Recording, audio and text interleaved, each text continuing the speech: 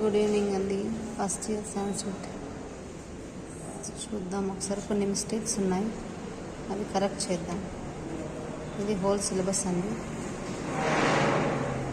ఏవైనా 3 లెసన్స్ పర్టికులర్గా చదివితే పర్ఫెక్ట్గా మంచి మార్క్స్ తెచ్చుకోవచ్చు.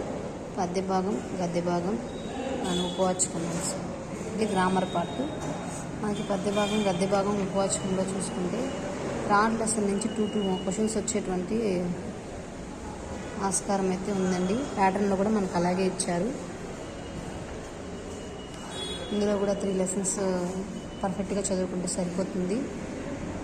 ఇప్పటి వరకు చదవకపోయినా ఈ రోజు నైట్ రేపు మార్నింగ్కి కూడా నేర్చేసుకునేటువంటి సులువుగా ఉన్నటువంటి క్వశ్చన్స్ ఉన్నాయి. పర్టికులర్గా ఆ లెసన్స్ వరకు చదువుకున్నా సరిపోతుంది. తర్వాత శబ్దాలు ఉన్నాయండి. శబ్దాలు మొత్తం మనకి,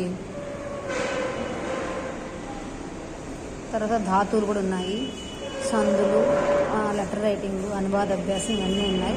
ఇప్పుడు 1 by 1 చూద్దామండి ఒకసారి. ఇది బోర్డు వాళ్ళు ఇచ్చినటువంటి బుక్లో ఉన్నటువంటి ప్యాటర్న్ అండి. చూసారు కదా, మొత్తం మనకి థర్డ్ లెసన్ నుంచి 8 శ్లోకాలు ఉన్నాయి.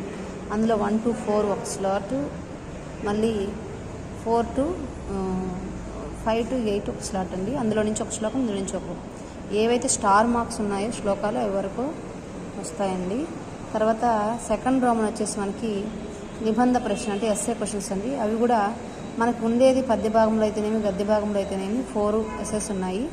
ఆ 4 ఎస్ఏస్లో ఇక్కడ ఇచ్చిన చూడండి, ఏవైనా 1, 2 ఆర్ 4, 5 చదువుకుంటే ఒక్కొక్క క్వశ్చన్ నుంచి ఒక్కొక్క సారాంశం అనేది రావడం జరుగుతుంది. పద్య భాగం, గద్య భాగం 2 అలాగే అండి. లేకపోతే ఉపవాచకం ఇందాక చెప్పుకున్నాం కదండి, మొత్తం 6 క్వశ్చన్స్ ఇస్తారు. లాస్ట్ టైం వరకు అయితే 8 క్వశ్చన్స్ ఇచ్చేవారు, 4 క్వశ్చన్స్ రాయమన్నారు.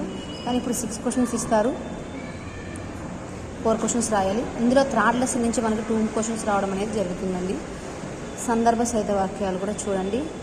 అదేవిధంగా 2 లెసన్స్ అంటే పర్ఫెక్ట్గా 2 లెసన్స్ చదువుకుంటే 2 మార్క్స్, 3 మార్క్స్ ఇవన్నీ కూడా ఆన్సర్ చేయడానికి ఆస్కారం ఉంటుంది.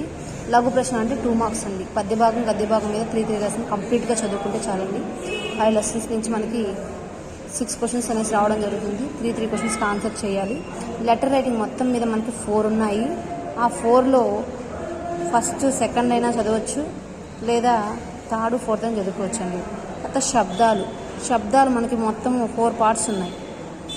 స్త్రీలింగం, పుంలింగం, నపుంసకలింగం, తర్వాత సర్వనామ శబ్దాలు.